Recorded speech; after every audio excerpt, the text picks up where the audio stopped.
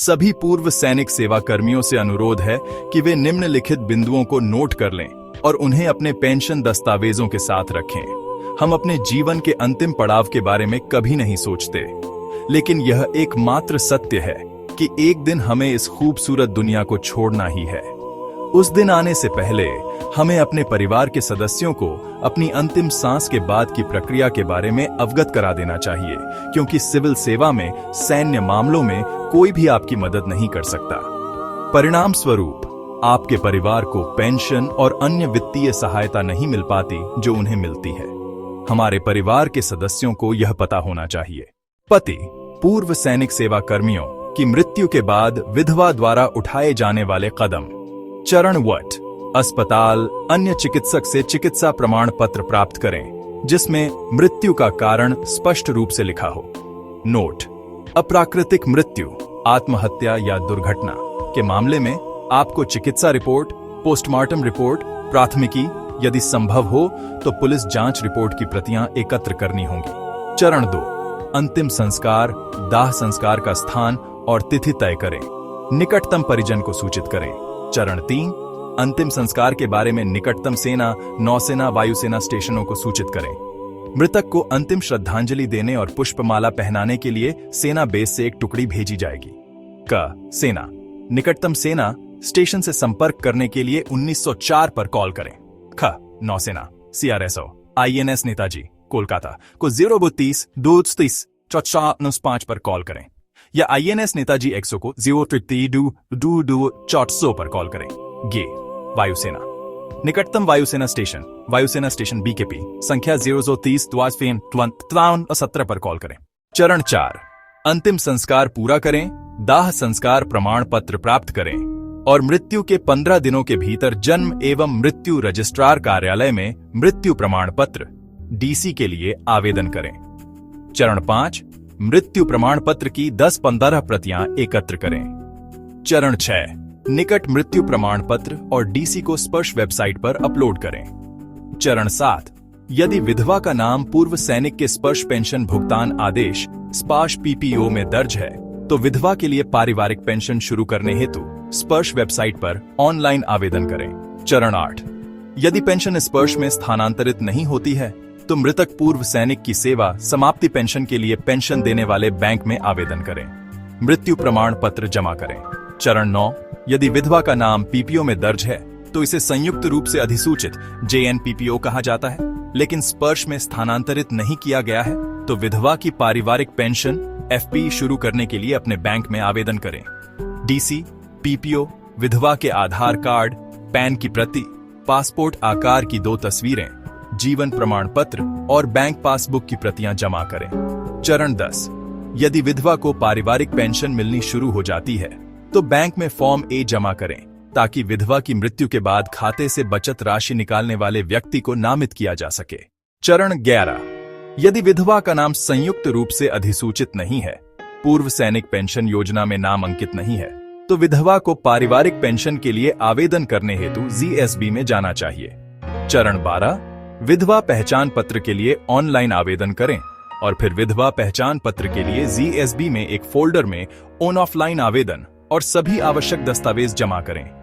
कृपया मृतक पूर्व सैनिक का पहचान पत्र और पत्नी का आश्रित पहचान पत्र यदि जारी किया गया हो लौट आएं। चरण 13, यदि पत्नी की मृत्यु हो चुकी है तो मृत्यु प्रमाण पत्र के साथ पूर्व सैनिक का पहचान पत्र जमा करें। चरण 14, ZSB में विधवा पहचान पत्र के लिए आवेदन करें। यदि उसका नाम JNPPO में है तो विधवा को पहचान पत्र मिल जाएगा। चरण 15, मृत्यु सूचना ZSB के माध्यम से अभिलेख कार्यालय को भेजनी होगी। आश्रित विधवा अनापत्ति प्रमाण पत्र आश्रित संघ के माध्यम से भी भेज सकते हैं। चरण 16, संबंधित कार्यालयों में अंतिम संस्कार अनुदान या मृत्यु अनुदान या गरिमा अनुदान या ADLR उचित अंतिम संस्कार के लिए आवेदन करें। क. सेना ADLR संदेश और फॉर्म RS 17,000 के लिए 22223 तक। ख. नौसेना ADLR संदेश और फॉर्म RS 20,000 के लिए 0802-2020 तक। ग. वायुसेना गरिमा अनुदान RS 15,000 के लिए 0702-2028 तक। चरण 17, ZSB के माध्यम से AGI NGI AFGIS को बीमा दावा भेजें। यदि लागू हो क सेना AGI से विस्तारित सेना समूह बीमा दावा 05/22/2023 तक। ख नौसेना गिस वायुसेना AFGS से बीमा दावा 19/11/2023। चरण 18 वायुसेना की विधवाएं GSB के माध्यम से IAFBA से परिवार सहायता योजना FAS के लिए आवेदन कर सकती हैं। आपको 8 साल की आयु टेक RS 500 से 200 प्रति माह या वरिष्ठ सेवानिवृत्त लोगों के लिए RS 10,000 या RS 20,000 की एक मुश्त राशि मिलेगी, जो इस बात पर निर्भर करेगा कि कौन सी योजना पात्र है। चरण 19 सभी सेना, नौसेना और भारतीय वायुसेना की विधवाएं यदि लागू हो तो क्रमशः DIAV, INBA और IAFBA से बाल शिक्षा अनुदान के लिए आवेदन कर सकती हैं। क सेना, ख नौसेना, ग वायुसेना। चरण 20 विधवाएं KSB वेबसाइट पर बाल शिक्षा अनुदान PMSS आदि के लिए ऑनलाइन आवेदन कर सकती हैं। चरण 21 सेना विधवा सेवानिवृत्ति निधि संघों आदि से वित्तीय अनुदान के लिए आवेदन किया जा सकता है। आर्टिलरी कोर की विधवाओं को RAA पंजीकृत आर्टिलरी एसोसिएशन से RS 20,000 मिलेंगे। GSB के माध्यम से अपने अभिलेख कार्यालय में आवेदन करें। चरण 22 मृतक पूर्व सैनिक का ECHS 62 KB smart card block करें। ECHS वेबसाइट पर ऑनलाइन ECHS कार्ड ब्लॉक करें या आर्मी स्टेशन मुख्यालय के संबंधित ECHS कार्यालय में जमा करें और रसीद प्राप्त करें। पत्नी और अन्य आश्रितों के ECHS कार्ड सक्रिय रहेंगे। चरण 23 विधवा के लिए निकटतम CSD कैंटीन कार्यालय में CSD किराना और शराब दोनों कार्ड के लिए आवेदन करें। कार्ड प्राप्त होने पर पूर्व सैनिक के दोनों CSD कार्ड CSD में वापस कर दें। चरण 24 यदि अंतिम यूनिट या सेवा मुख्यालय वित्त पोषित द्वारा जारी किया गया हो तो पहचान पत्र लौटा दें, अन्यथा आर्मी स्टेशन मुख्यालय में पूर्व सैनिक को वापस कर दें।